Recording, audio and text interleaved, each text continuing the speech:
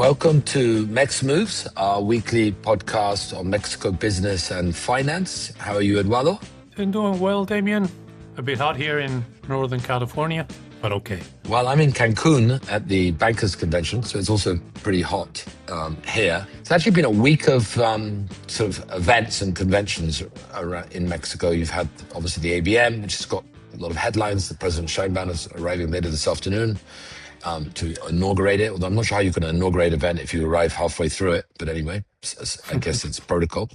You had Amex Cap, the Private Equity Association, had a 2-day event with lots of private equity people and government officials. You had AmCham, the Chamber of Commerce of the United States, yesterday, with, again, head of Banobras, head of Nafinsa, Altagracia Gomez. You had sort of MAGA whisperer Patrick Denning come in, who wrote that book, Why Liberalism Failed. I think IMCO had an event. It's been a busy week between one thing and another. And Stripe also had an event, and we're about to get a recording of that in a moment.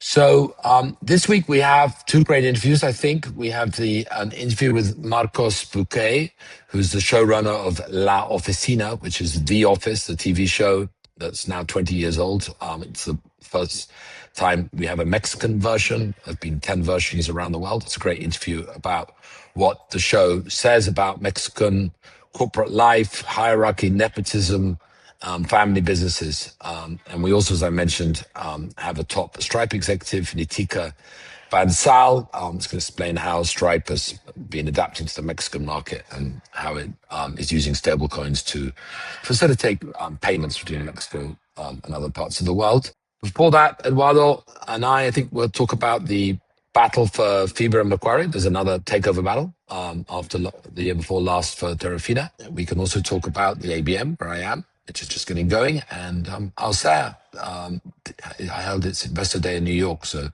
few takeaways from that. Where would you like to start, Eduardo? Well, I gotta give you credit for predicting the Fibra battle. Last week you mentioned it. Now we have it. Kudos on that one, Damian. You scooped the newsmakers. They did.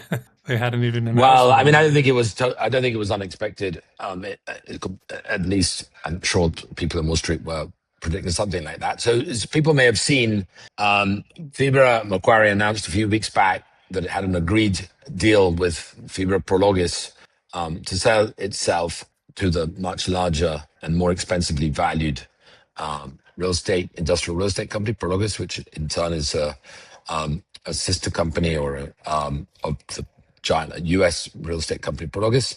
And just this week, 2 other Fibras said, well, actually, they wanted to buy this as well. So we have Next, which is Fibra Next, which is the industrial Fibra of Fibra Uno, Funo as it's called, came up and made a bid, which on the face of it seems fairly similar to Prologis' bid. And Fibra Monterrey was just, as we mentioned, I think last week or the week before last, just did a $500 million follow-on equity issue. Also said that it wanted to join the process, but it hasn't actually launched a bid. I think the money is probably still on Prologis. A, it's got an agreed deal. B, it is externally managed, which in this particular case is positive because Fibra Macquarie is also externally managed, and they pay fees to Macquarie, the global investment bank and infrastructure platform. And Macquarie has a poison pill with Fibra Macquarie, whereby if anyone takes it over, they have to pay 10 years of fees, which is about $150 million. I think these days the Fortis, which were the main owners of Fibra Macquarie, would never accept that, but at the time they did. And the Prologis has an advantage because they also charge fees. They can use the fees they're going to get from managing Fibra Macquarie's assets over the next 10 years to sort of pay off what they're going to have to pay Macquarie, whereas Fibra Monterrey and Next are internally managed, so that would be a direct hit. So that makes it a little bit easier, I think, for Prologis to do it. And thirdly, Prologis has, as I mentioned, the highest valuation, the most expensive valuation. So it's probably at a cap rate just above 6. Macquarie maybe near a 9. So there's a arbitrage if they can revalue those assets at their own multiple. Whereas Next isn't really very liquid, hasn't really proven itself. Its valuation is above Prologis, and same with Fibra Monterrey. So it's a bit more of a struggle for them to be a big bidder. But what this might do, first of all, they might decide, that they're willing to pay kind of a higher multiple than their own and get into a proper bidding war, or it might force Prologis to pay more. We saw with Terrafina, there was a sort of whole sequence of bids for Terrafina from Prologis and also from Fibra Uno, and then Blackstone and MLP came in, and eventually Prologis won it. But there it was more sort of open from the beginning. Here there's an agreed bid. So we'll see where it happens. There's nothing to stop the authorities, which basically control the shares of Fibra Macquarie to accept the other offers, and the agreed bid by Macquarie and Prologis is subject to the deal going through. So if the deal doesn't go through, then the deal to buy the management fees would also end. But it's good for Mexico, although I don't think easy to justify anymore a poison pill that will enrich a bunch of multi-millionaire investment bankers in Australia, i.e. the Macquarie people, at the expense of Mexican workers who are the beneficiaries of Mexican afores. I mean, I think the poison pill is something that shouldn't happen anymore, and it does somewhat complicate the transaction from the internally managed side. You could argue is money's fungible and not going to have to pay a fee, so they're going to get more synergies if they earn it, so they can justify a higher price that would compensate for this payout. But broadly speaking, in the real world, it's definitely a disadvantage. It's an interesting element that we have two more bidding for this. Do you feel, Damian, it's more of a consolidation of the real estate industrial REITs in Mexico, or is it a sign that the REITs that cater for companies opening shop in Mexico are very attractive because of reshoring or nearshoring or friendshoring, or however you want to call it? Although the world is really in a very strange place right now regarding how the world is evolving. But what's your take? Is it consolidation, or is it a play on the future of Mexico, or neither? Or both. I mean, I think it's probably both. I mean, definitely there's consolidation, however you argue it. Yes. The consolidation, it enables you to amortize fixed costs, so the more over more square meters or square foot. It gives you more negotiating power with your tenants. It gives you perhaps more negotiating power when you're buying future land and industrial real estate. So size helps, and the bigger players like Prologis have higher valuations, so it's reflected in that. Size also helps with liquidity in the stock market because these transactions are being partly paid for with shares, so that means more shares and therefore international investors, even afores that have become so big, are more likely and more able to buy you. So it's partly that, but I don't think Prologis or in this case Fibra Monterrey or Next would be interested in Macquarie if they weren't also convinced by the nearshoring story. It's not a transaction to do if you think the world is, or if you think Mexico is going to go into some kind of industrial recession. You're going to be more leveraged to this whole transaction, especially if there's a cash component. So I think it's everything, but I think the consolidation, especially as shares, are the driving factor in the purchase price. I think that the consolidation is the main driver. The other factor that might also be driving is that the three parties that are interested now see a positive outlook of the free trade talks between the three countries, or if not positive, that at least things stay the same, and Mexico will still have an advantage over its rivals in terms of access to the U.S. market. There are a lot of moving pieces as we speak, and we'll have to wait and see how it all. But I think that the odds you mentioned in favor of Prologis, for the reasons you mentioned, are the ones that probably, it's the horse that is ahead in the track at the moment.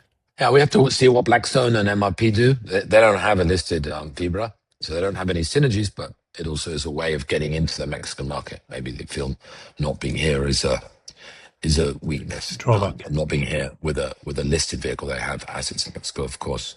So we'll see if they come up or not.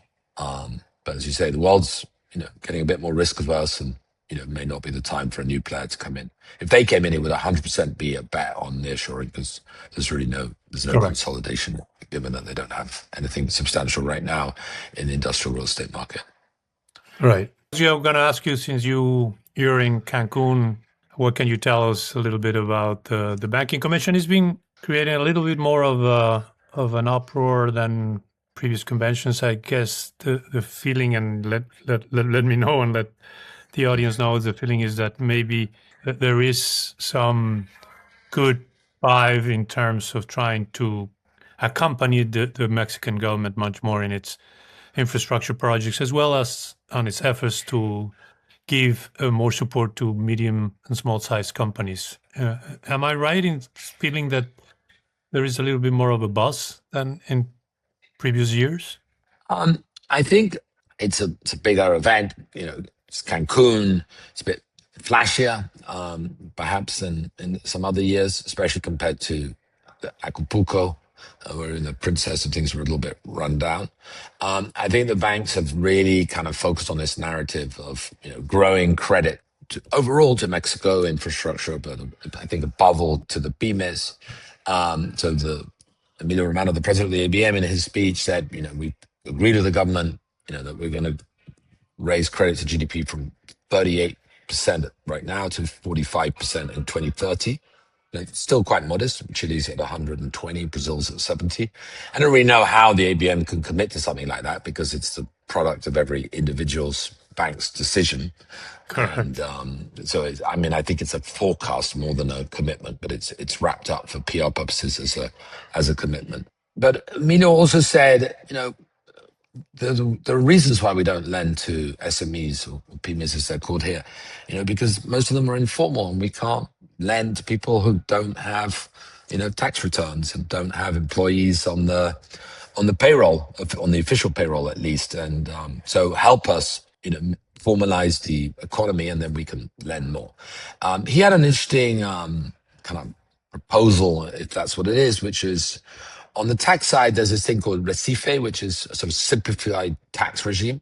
And he was saying, why don't we have something similar for labor and a simplified social security regime, where if you're a small company, a new company, you don't have to go from sort of 0 to 15% social security as a percentage of wages, but you can presumably do something in the middle. I do think that as labor costs have gone up, social security contributions have gone up, there's this gap between the informal sector, which generally doesn't pay taxes, and the formal sector, which obviously does for the most part. It's got bigger and bigger. So it's more and more kind of expensive to be formal, and the government maybe has to come up with some sort of simplified regime, a bit like they had with the Uber drivers, the Didi drivers, to sort of have a halfway house. But because the current system is basically exaggerating or enhancing this kind of bifurcated Mexico between formal and informal, and informal doesn't really get credit.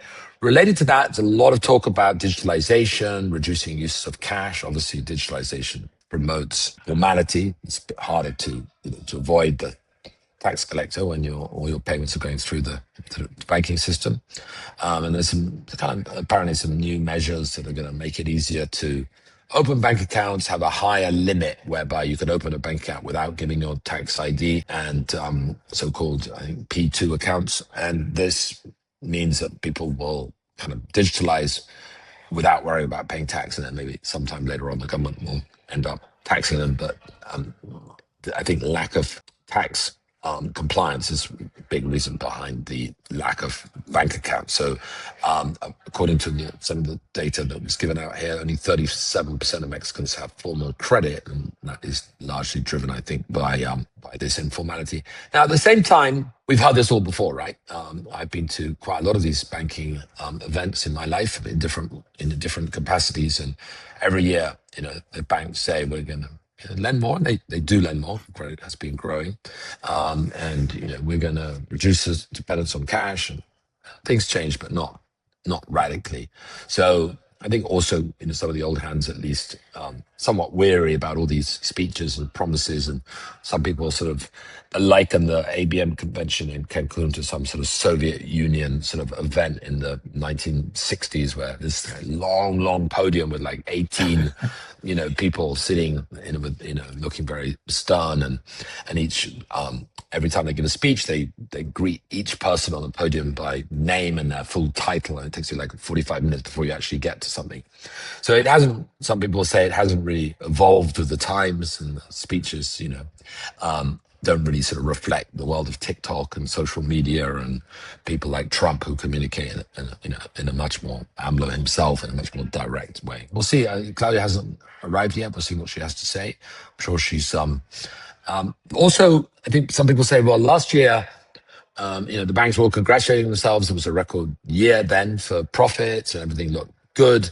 And then a month later, the FinCEN, the US Treasury, effectively closed down three banks, to many people's surprise, CSAE and Intercam and Vector. And there was a sort of sense, well, here we were all sort of enjoying margaritas and piña coladas on the beach of Vallarta, and then, little did we know that the Americans were going to come in and effectively close down these banks by removing their access to the US banking system. So I would say that anti-money laundering, KYC, Trump designating cartels as terrorist organizations and penalties for people who facilitate those organizations is also a big theme here, especially after what happened I think it was last June, as well as digitalization and credit to PYMEs. But I think that banks had yet another record year in profits in 2025. And inevitably people can say, well, the banks keep on making more money, but the country isn't growing, right? Last year, GDP growth was what, I think 0.8% or so. So that people do kind of contrast, how well the banks are doing and how little the economy is growing. I'm not suggesting that it's the bank's fault, but what I am saying is these two things are coexisting, which is lack of growth and a banking system that's massively profitable. Yeah, the topics have not changed that much over the years, Damian. Like you said, the style hasn't. We've seen those long tables, very Soviet style. On the topic of taxation and lack of credit for companies that are in the informal economy, I think there is an element there that needs to be addressed by everybody, because if they're in the informal sector, you're not collecting anything. So I think there is an incentive for the government to collect at least something. And you are an entrepreneur. I was an entrepreneur. And you know how hard it is to pay 30% of your revenues to your partner, the government, allegedly, who takes no risks and takes out 30% or more. And if you could have a partner that would be a little bit less demanding, that would probably charge you 5% as you grow up, and that comes along with you, I think everybody will benefit, and everybody will be much more inclined to be in the formal sector, which would lend itself to more credit, which would give more revenue for the government, which would make me more inclined to be all in order. So I think there is a lot of things that they can do. And what you just said about trying to do that for labor or whatever other reasons, I think that would be something that if I were the banks and if I were the government, I would try to be pushing strongly, because of the beneficial cascade that it could create for everybody. But it seems hard sometimes to get the machinery moving. Yeah, no, I think so. I thought Romano's idea of a simplified social security regime, might be worth pursuing. It's obviously complex. The other thing we saw were the new banks there, Plata, Revolut, kind of Nu, in the halfway house. So we've got the fintechs kind of now becoming banks, and now they're getting invited to the podiums and having to greet everyone by their full name and titles. So they've been invited to the party. Now we'll see how they do now that they're burdened with additional regulatory obligations. But they still have efficient operating models, lower cost to serve, better use of data. At least that's their argument. Interesting thing that came up on that was, and no one really knows well, at least no one I talk to, I'm sure people do know, but OXXO, which isn't looking to be a bank, but does have a sort of payments fintech business, broke off part of its deal with Nu, obviously the largest fintech in Latin America, about to become a full bank in Mexico. And you can no longer take out cash if you're a new if you're a new account holder in an OXXO, whereas if you're any number of banks, including MiFIL, you can do that. So it's clearly a very specific issue between Nu and OXXO, which seem to be getting on quite well.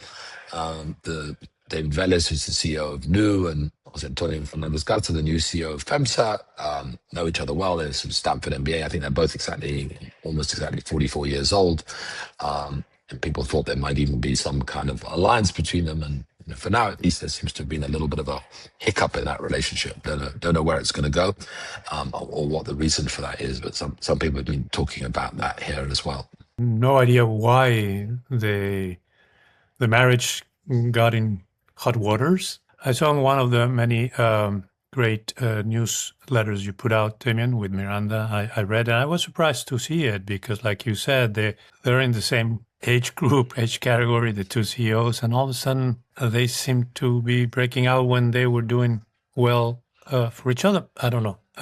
No more insights. Look, it wasn't a marriage in the sense that normally in most marriages you have one spouse, and also works with tons of correspondent banks. So it was one of their relationships that they have put on ice. Part of it, you can still make deposits, and the only thing in their conference call, FEMSA said, Jose Antonio said that they're going to have a partner in credit. They didn't say who that partner is going to be, and maybe whoever that partner is uncomfortable with Nu, or maybe Nu is uncomfortable with that partner. Maybe it's related to that, but no speculation. We'll bring you news if and when anything gets announced. It's relatively small in and of itself, just an interesting signal. Right.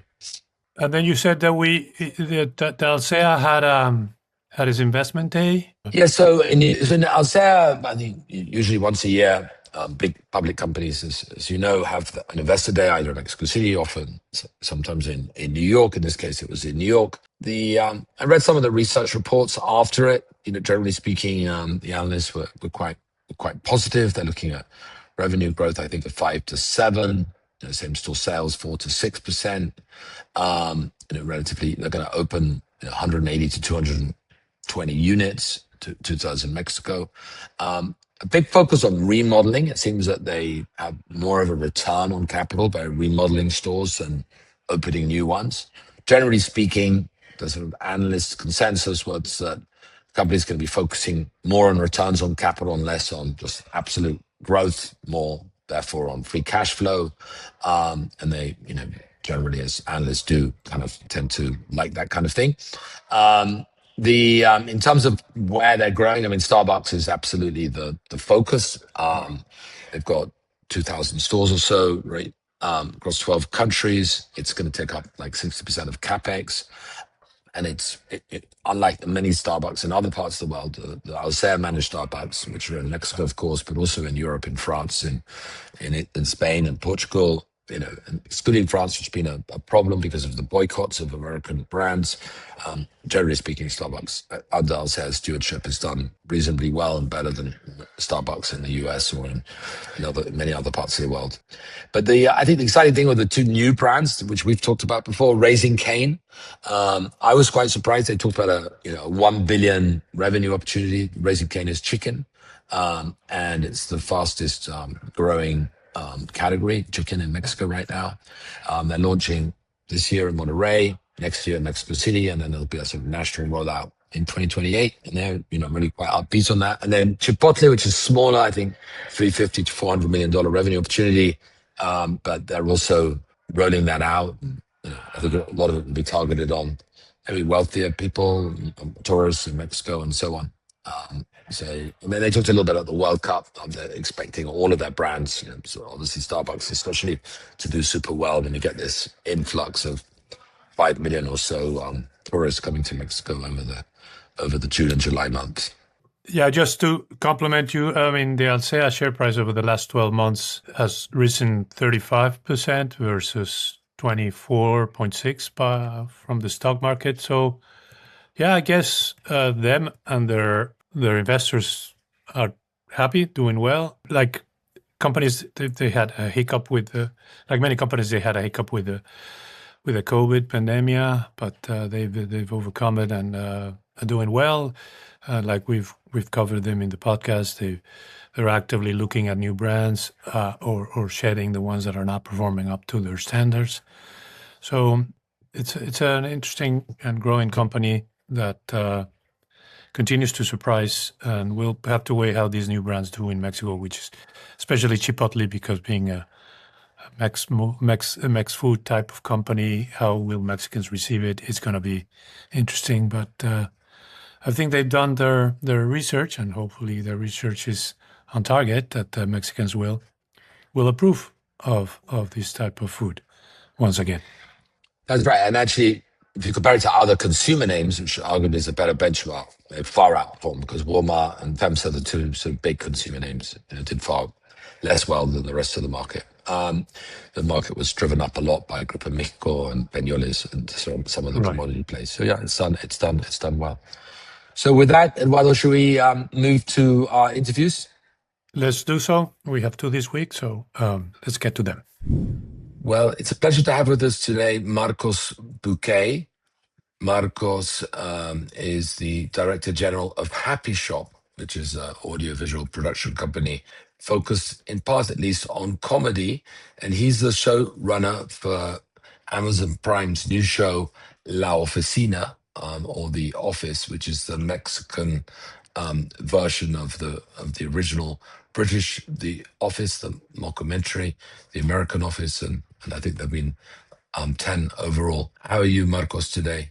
Very good. Thank you very much. Thank you for having me. I'm great. So, Marcos, congratulations on the show, which I've been watching over the weekend. I understand you got the rights from the BBC, which owns the rights to spin-offs of The Office.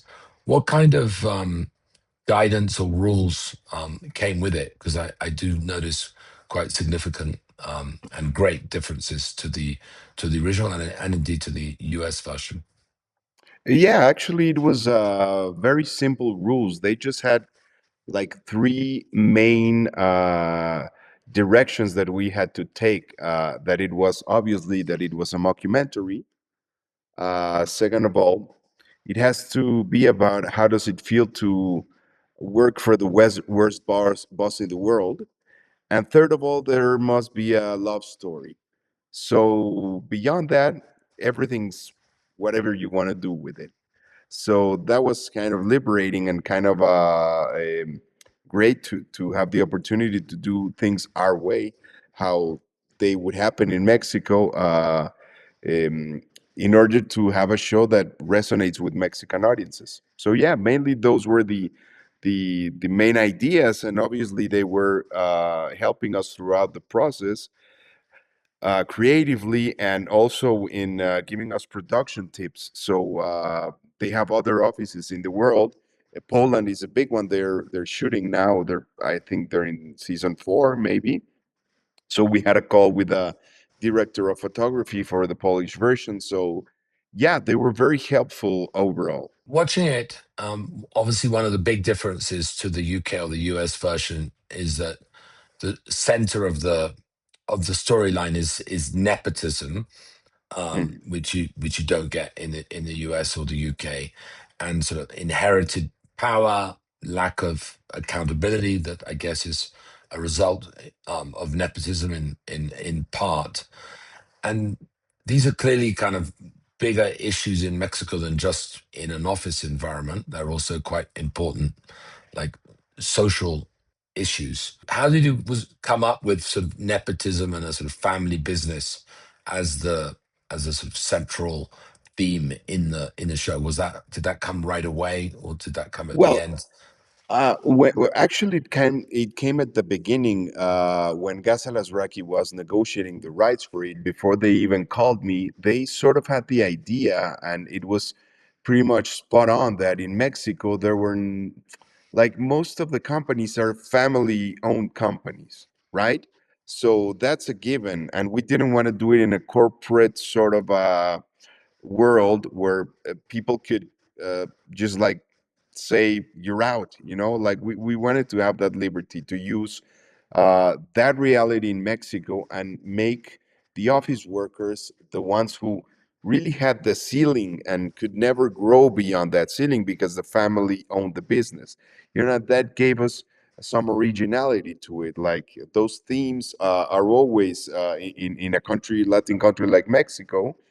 Most of the companies, before they sell them to big conglomerates, if they get big enough, they are owned by families and they are managed or mismanaged by those. So we said, like, that's clearly an angle for comedy. So that was the first positive point of doing it as we did.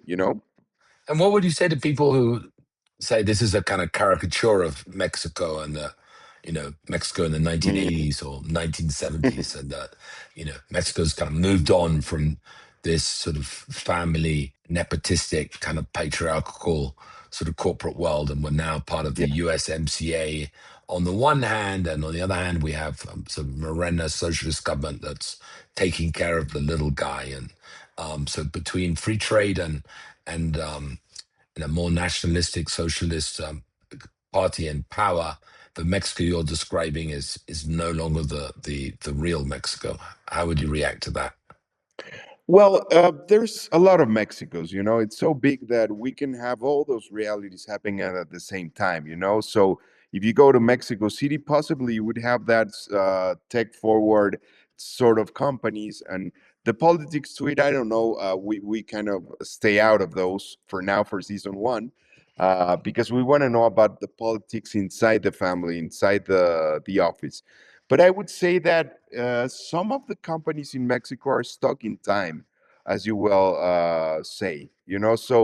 So that's sort of that particular type of company. Actually, we went and did a lot of research for companies in Aguascalientes. There was this big company. I forgot the name, but it was a company that sold furniture, and they are like very traditional, the values are still there, the founders big image to it, and they actually have uh, a park for the employees, like a little Disneyland where employees can go and hang out. So in researching this, yeah, we can go with the idea of, yeah, we're of course we have Google and very huge conglomerates here, but also there's a part of Mexico that if you see the reactions of people, they're saying it themselves, like, yeah, my office is like that, like that happens. So I would say that we acknowledge that that happens. Actually, the central office of Jabones Olimpo, which is our company, is in Mexico City, and they want to innovate and they want to take it to these new frontiers and the future. And we want to do the opposite with our character, that he really is the old guard. That's I think by design we wanted to do this guy very a guy who is nostalgic of his grandfather's era. So that's why it's constructed that way. But we acknowledge that we're living in a modern world that's very fast paced, and as we go through the series, we're gonna sort of get into those types of conflicts, once we open up the universe. But yeah, that's, I don't know if I answered your question, but that's a little bit of how we think. No, that makes a lot of sense. I mean, I thought it was funny that in Britain, it's a paper shop which is kind of Yeah, stationary in time, and the Brits, yeah, endlessly writing letters to each other and using stationery. And in yeah. Mexico, it's a soap company, and the sort of cliches that Mexicans are sort of ultra hygienic and spending their Hmm. lives cleaning and washing themselves. So I even think the nature of the product is somewhat kind of reflective of the different kind of cultural attributes that the companies Absolutely. have. Yeah. Well, first we wanted to get really outside the paper thread because it's already been told. And when we said soap, it was very obvious that in Mexico we have a lot of soap brands, very nationalistic type of brands that are kind of famous throughout Mexico, that have been used by grandmas, and they gave that to their daughters and then the daughters of their daughters. So you use certain types of soaps. and we had an opportunity to build a whole family of products, that gave us the opportunity to do all these sorts of conflicts. And yeah, obviously Mexicans are very clean. Yeah, we're sort of obsessed with cleanliness and smelling good and all of that. Um, so yeah, all those elements made it a clear choice.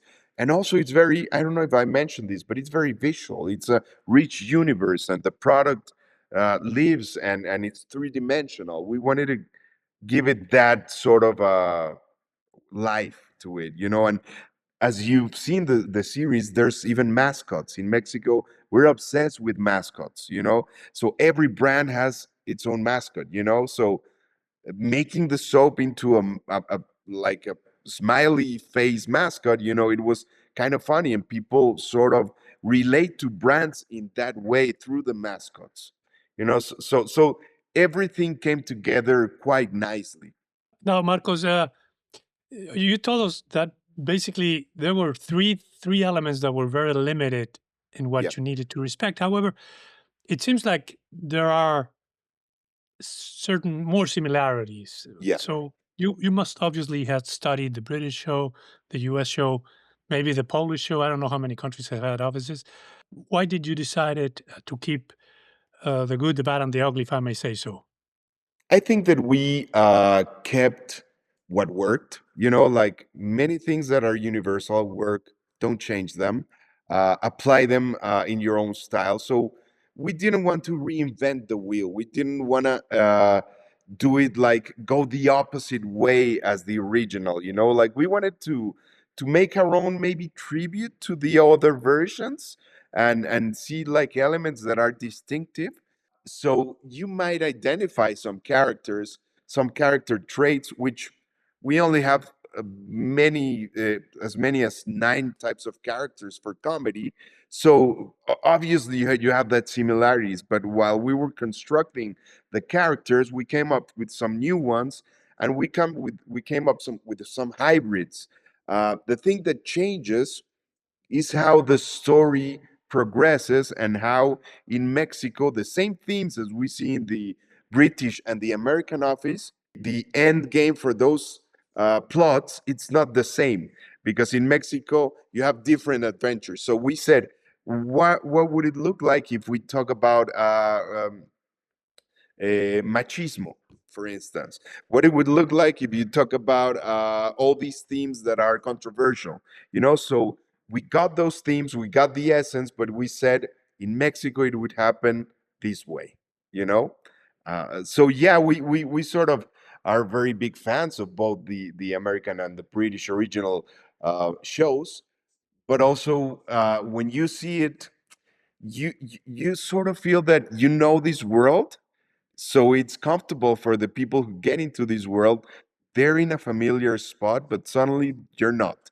So it's kind of a weird experience when you watch the show. So it seems like a cozy place, but suddenly we twist and turn and give people unexpected things that happen, and jokes and sort of like that. And that's where the richness is. I think in that way.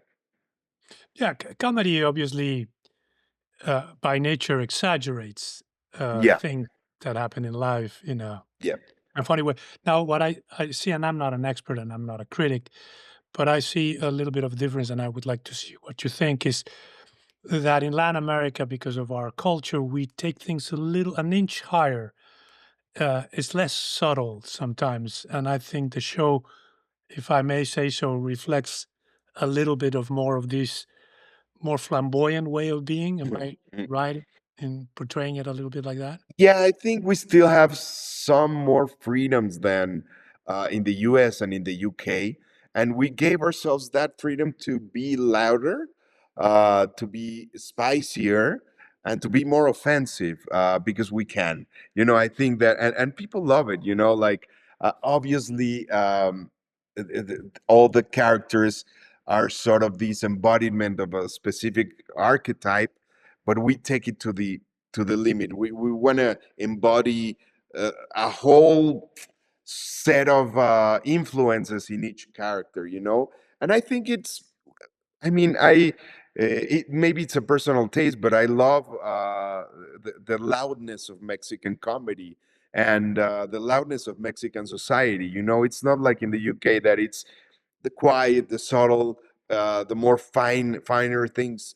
You know, in Mexico, everything's yelling, and from the moment you wake up and you go out to the street, people are yelling, people are speeding, people are, you know, doing things, smells. It's like this whole cocktail of things, and we sort of put all that into the office, and that was like the elements of a bomb that went off. And you know, yeah, it's I think our taste in comedy, but I think that people are gonna like it e- everywhere in Latin America. I think they could get a similar experience in their own country. What in that sense, what has been the first take backs that you have received so far from the audience? You're speaking to a Latin American audience, so you're speaking their Yeah, language. yeah. And what has been Well, the well, the reflection? main response obviously is in Mexico, and people, I think that we're expecting something completely different because there's been a lot of experiences where remakes don't really give people what they really want. You know, like they're just like lazy remakes. But really, when we took on the project, we took it head on, and we said like we're gonna do it our own, and we're gonna uh, put all our effort and heart into it. So I think people are receiving that, and mostly I got impressed, but because mostly people are reviewing positively about the show. What was first the hate of don't mess up my format, my series that I love. That was like the first instinct of the audiences before watching footage and stuff like that. Little by little, people are convincing other people to give it a chance. And that's what we creatives in different emerging markets need. I don't mean like Mexico is a solid market, but it's like we're getting formats, we're getting bigger budgets, stuff like that, and people expect a level of quality, you know. So I think we gave them that, and everyone who was involved in that project was truly in love with the project and gave it the role. So people are really receiving it well. I'm pretty happy with the result. And so the idea is that the show will also be taken to other Latin American countries. You can watch it now in all. I don't know if all Latin American countries, but it's live in most of Latin America, so you can go watch it. It's not live in the U.S., but because it's specifically for Hispanic countries, and yeah, I don't know if in Spain, maybe I have no idea, but I'm in you the know, U.S. like and I can't see it's it not here. in the U.S. Yeah, yeah, No. How hard, financially speaking, is it, Marco, to bring a show of this quality and this magnitude to yeah. a Latin American audience? Well, um, thankfully, I'm not in the negotiating end of that conversation, so I focus entirely on the creative Yeah. aspect to it. You know, so what I know is that it was a show that required a lot of parts negotiating. So I see it as eclipse. You know, when things align and everyone wants to do it, it happens. So in that sense, it's difficult to create a show like that. It's not the budget part of it, you know, because I wouldn't say it's a cheap show to make, but it's a controlled show to make because you go back to the same location day in and day out. So the work you do it, the hard work you do it in the first season. You know, building the sets, building, casting the characters, and then hopefully it all goes smoother from there because you already have all that machinery that's working for it. But I don't have a number, but in the creative side, you know, what you have to do is like work with the producer and work with your writers and your directors, whatever, and bring the best solution for the money problems that might arise, you know, and trying to be a formal and very rigid system that really works and there's no mistakes, you know. That's how you can make a show like this. So, Marcos, just a final question before we wrap up. I mean, Yes. comedy is going through a bit of a renaissance in Mexico. You're seeing a lot more comedy thanks to the streaming platforms. It's been carried to a much wider audience than let's say the live sort of stand-up audience that you've traditionally had. I mean, what's your perspective on comedy in Mexico? Do you share my optimism that things are improving and are going to get a lot better? I totally agree with you. I've been in this industry for a while now, because when I started out, you couldn't sell a show to anyone but the big two networks. So when YouTube came and us creatives could do our stuff, even if it was cheap, it was like sort of this opening up of creative voices. And I've been very close to the stand-up scene, to the actor scene, to the writer scene, and every year that passes, I see more professional voices, more people that are doing things good. So because there's opportunities, I sort of sometimes joke that we suddenly have more writer rooms happening than actual writers that can fill up those rooms, so in a sense, like, people are having different types of experiencing jobs, because when I was starting out, there were no writer rooms active in Mexico. I went to LA to write with Gas Alarraqui Club de Cuervos, and it was a group of American writers and him and myself. But now there's a lot of places you can go, a lot of networks. Obviously, there's a lot of competition. The budgets are getting tighter after the pandemic. All the macro elements that you cannot control, but I'm very happy with what people are making. The competition is great. People are competing very healthily, and suddenly we have these bigger and bigger opportunities of projects that I think that Mexico is like the bridge from the U.S. to Latin America, but also it's in the world stage. It's a great exponent. I don't know how to say it in English, but in Mexico there's talent everywhere, and what we are trying to do, personally, what I'm trying to do is to bring all these sorts of talents in different arenas and giving them a channel, giving them opportunities, and building the next generation of kids that were getting out of school and wanted to be screenwriters or directors, to give them a smoother entrance to the world that to me it was very, very, very hard, because there were no opportunities. So I am excited, and I love where we're headed. Thank you, Marco. That was quite interesting. I hope we can come back and talk to you again, because I do agree with your assessment that there is much more out there. We as consumers of entertainment, we see it, we laugh with the productions that are coming out.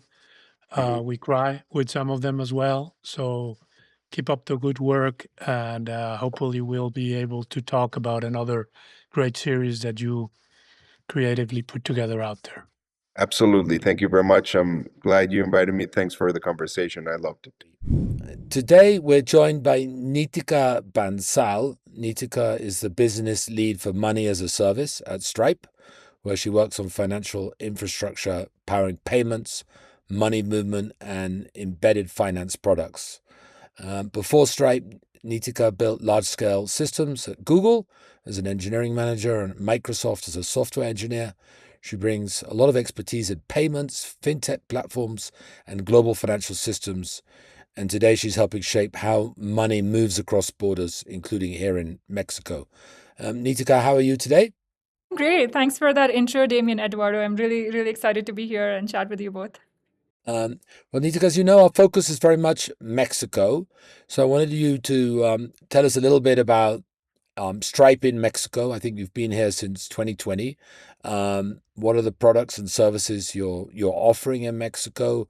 What have been the biggest surprises that you've had in this 6 years you've been operating in the Mexican market? And how important is Mexico to Stripe in the greater scheme of things? Yeah, so I'll actually start with Stripe and then go to our presence in Mexico, just to tell the audience a little bit about how we think about financial services broadly. So Stripe is a tech company that essentially builds programmable financial services for users. And these users could be businesses of every size, from the largest public companies to the newest startups. And we built a platform which lets them accept payments as well as manage their entire financial journey on Stripe. And so last year, Stripe generated about 1.9 trillion in total payments volume, which was up 34% from 2024. And this accounts for almost 1.6% of global GDP. And as part of that, Stripe now powers more than 5 million businesses, and we're very global. A lot of these businesses on Stripe, I think a majority of them actually, or greater than 50% of them, come from outside of US, and we've always considered LATAM to be an extremely important market. And so, as you mentioned, Damian, we've been in Mexico since 2020. So in Mexico, we definitely offer our payments processing services to our users. And we are a direct acquirer with Visa, MasterCard, and American Express, as well as we work with the domestic switches like Prosa and eGlobal. And I was personally involved in this since the very beginning. But we build all the various different payment methods that are popular here, including some cash-based payment methods. I will definitely pronounce this incorrectly. Meses sin intereses installments. Which honestly, to your question, was a very difficult thing to build, but we got it live, and also bank transfers. And then the other thing I would say is that not only do we allow users to process payments, but then we also make sure that they do this with low fraud. So our fraud tool Radar works according to local market. And as well as making sure that our users get the best auth rates in this local region. So that's sort of our offering in this area. And then we power a bunch of different users here, from Rappi to Syscom to Wix, a lot of users in Mexico and then LATAM broadly. And what have you found, if anything, different about operating in Mexico to operating in the US or even operating in Brazil or in Europe? What makes the Mexican market interesting? So actually, having worked at Stripe and trying to serve a very global population, I actually think payments are very personal. Payments are very cultural in a way that if you don't work in payments, you don't expect them to be. And so US is a very cards-heavy market. People are very attached to their cards that give them really great, rewards. And it's very different region by region. Like, if you go to Brazil, Pix has become the thing that people use to pay.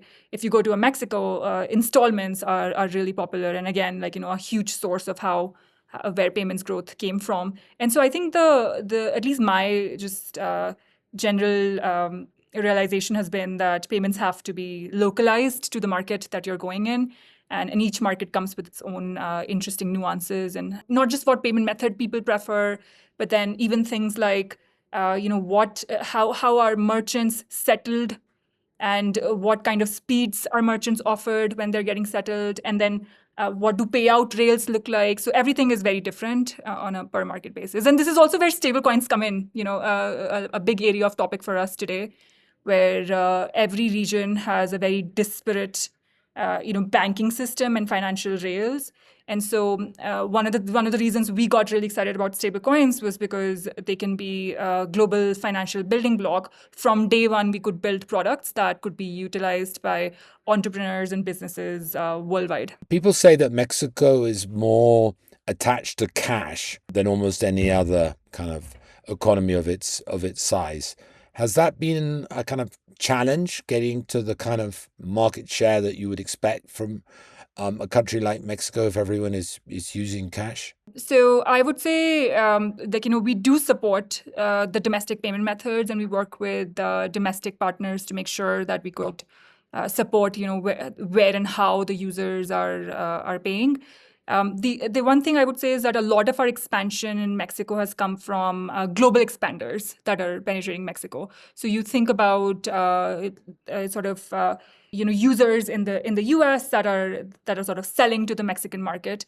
And so in a lot of those cases, the payment method still ends up being a card versus cash, because it's like businesses outside of Mexico that are selling to Mexican user base. But then definitely, as we start to work more with local entrepreneurs, we'll have to think about how do we support local payment methods. But then also things like, OXXO are getting really popular. And so we try to make sure that we support those local payment methods as well.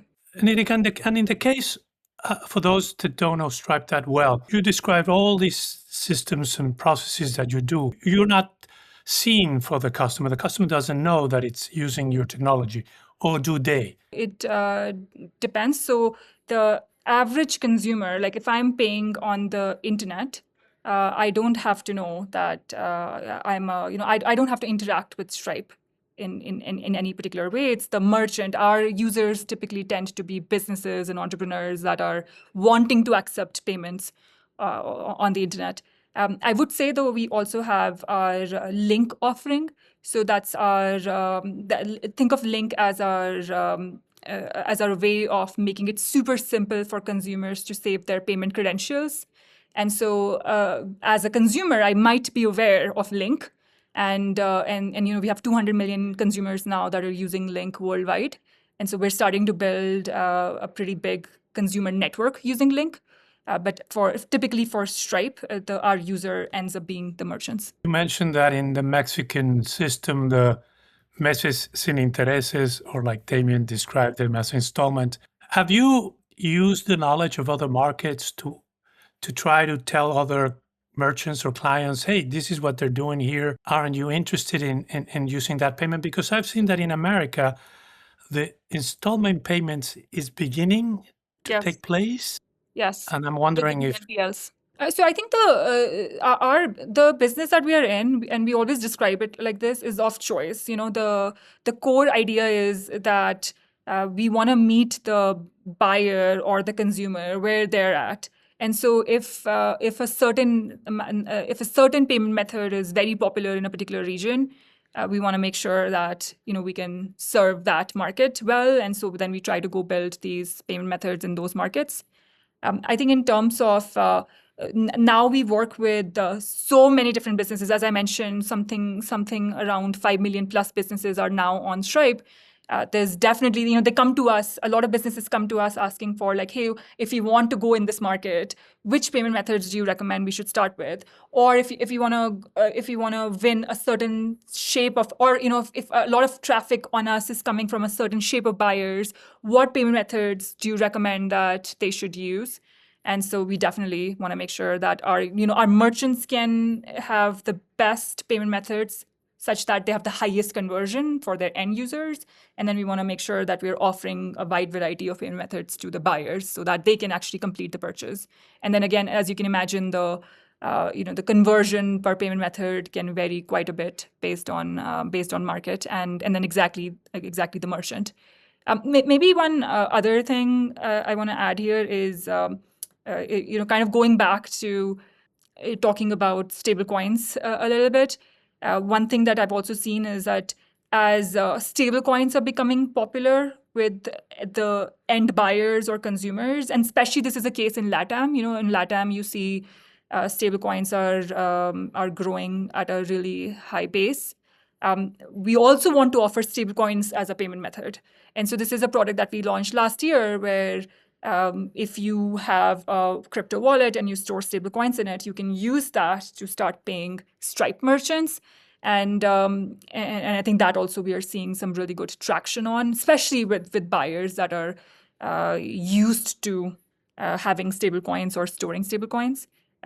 If you are like a card first buyer, you probably are not using it as much. But then if you in a lot of users in LATAM definitely are. It seems like you're ready to catch on whatever the payment method is out there to provide it to whoever wants to use it the way they want to use it. I have a little bit of a look backward question, because a lot of people don't know how did companies like yours came about. They think that the merchants or the bankers are the ones developing this technology, and as a matter of fact, they're not, and they haven't.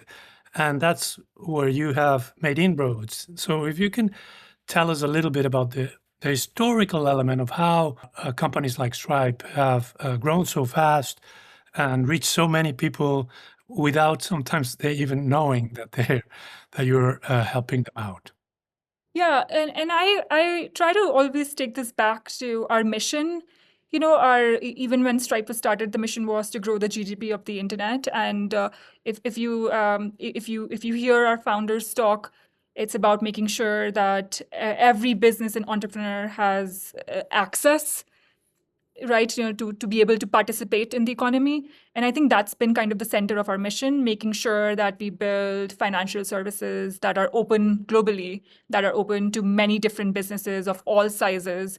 And then, you can make sure that you make it very easy for them to use these services too. Like sometimes, in the traditional world, it was very complicated to sign up for payments. And with Stripe, we have a pretty big self-serve business. You can actually just go on the stripe.com, create an account, and then get started. Give us the right documentation, and we'll get you started with accepting payments. And so just the speed and the ability to have a great experience building payments experiences for your end users was sort of how Stripe started. If you read some of the earlier articles about Stripe, it talks about this 7 lines of code thing, where the idea is that just with 7 lines, you can start accepting payments for your internet business. And so we sort of started from that, which is ease of access and giving people the ability to get started quickly took us very far. And then I think we've expanded from there, which is once you start with payments processing, then just by working with our users, we identified the next use case. We identified, for example, cross-border money movement, whether for payments or payouts or for whatever purpose the business is trying to move money cross-border is a very complicated and difficult process. And so our next approach was, how do we go solve that? And so I've personally been in that space for the past 8 years at Stripe. How do we make it super simple for money to move across borders? And so if you just, since you asked, about our philosophy and history, if you just look at our acquisition of Bridge that builds stablecoin infrastructure, it kind of came from the same thesis that we want to make money movement really simple globally. And so Bridge was building the stablecoin infrastructure where, stablecoins just made it super simple to move money cross-border 24/7. They were much cheaper. They are instant. And so having a payment tool or a rail that has all of these characteristics was very additive to our core mission.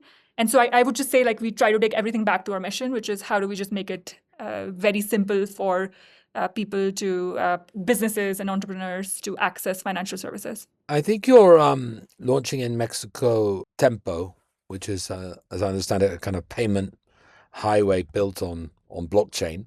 Can you tell us a little bit more about Tempo and what your plans are for it in Mexico, and why you think it's going to be a useful product for your clients? Before we get into Tempo, I would want to just highlight our strategy in stablecoins and crypto in general, because that would lead us to why Tempo.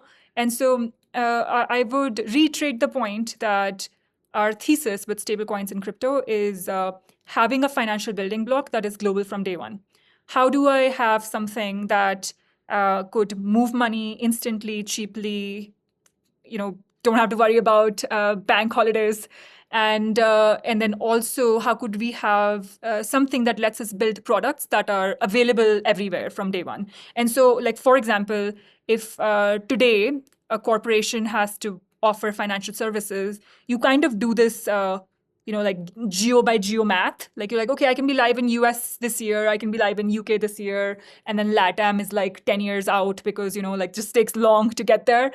Versus now you can use stablecoin rails to essentially offer products in 50 plus markets, all at once. So this was our thesis to go invest in building crypto and stablecoin products, because we think we can provide access to financial services worldwide much faster, or our businesses that work on us can provide access to financial services a lot faster. And we see this already happen. A lot of the users like ARC or Bitso that use Bridge stablecoin infrastructure are very popular in Latin markets, including Mexico, and are moving really fast because this infrastructure is available to them.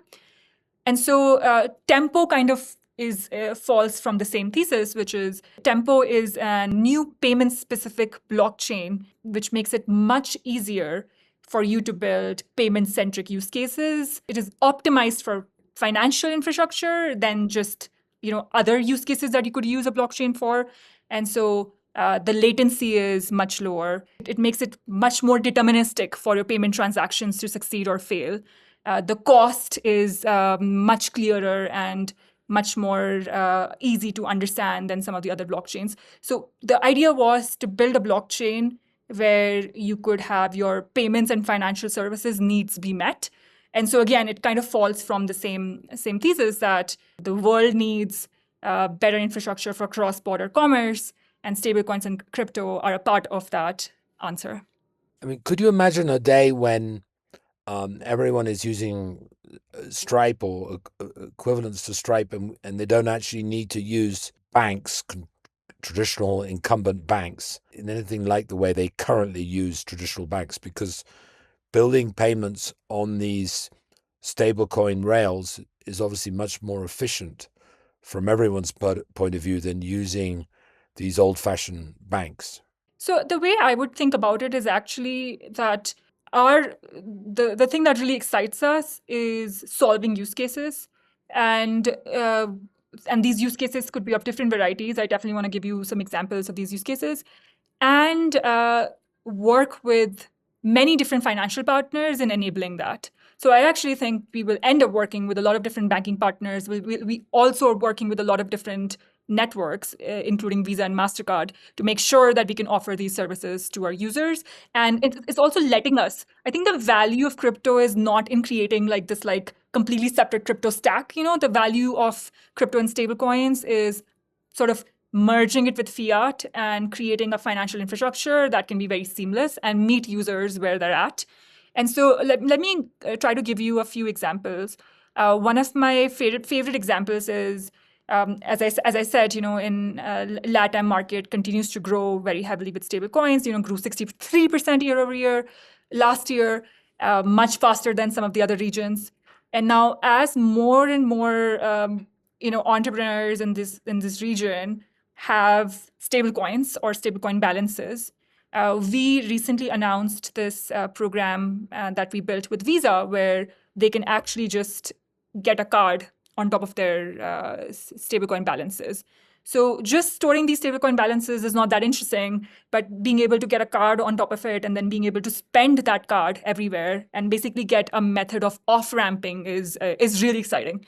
And so this is where you have such a nice way of combining the crypto with the fiat world, where the stablecoin, I stored stablecoin balances, but then I can get a card to actually go about my life as I would with a fiat-backed card. And so that's a really good example. I think a second good example is there are users that you could take Bitso as an example. If they want to move money from Mexico to their suppliers in the US, they could convert their MXN to stablecoins on Bridge, and then Bridge can help them move it back to USD. And so there are a lot of really interesting use cases like this, which are at the center of combining the stablecoin and crypto technology with fiat. Maybe one other example that I'd love to take is, so I mentioned how we are working on a stablecoin payment method, where users, if they store stablecoins, can spend that money on Stripe merchants. I think that's a really great method too, where a lot of AI companies are starting on Stripe. In fact, the world's largest AI companies are Stripe users, and a lot of these AI companies are global from day one. AI is a product that has no boundary. Everybody wants to buy AI, and there's no physical good that needs to be sold. And so a lot of these AI companies have buyers from outside of the US, and some of them are seeing traction with offering stablecoins as a payment method. And then the AI company doesn't have to deal with crypto, because Stripe would just still continue to settle them in USD. But then their buyers get access to this new payment method, and so they can see higher conversion or a higher percentage of their revenue starting to come from stablecoins.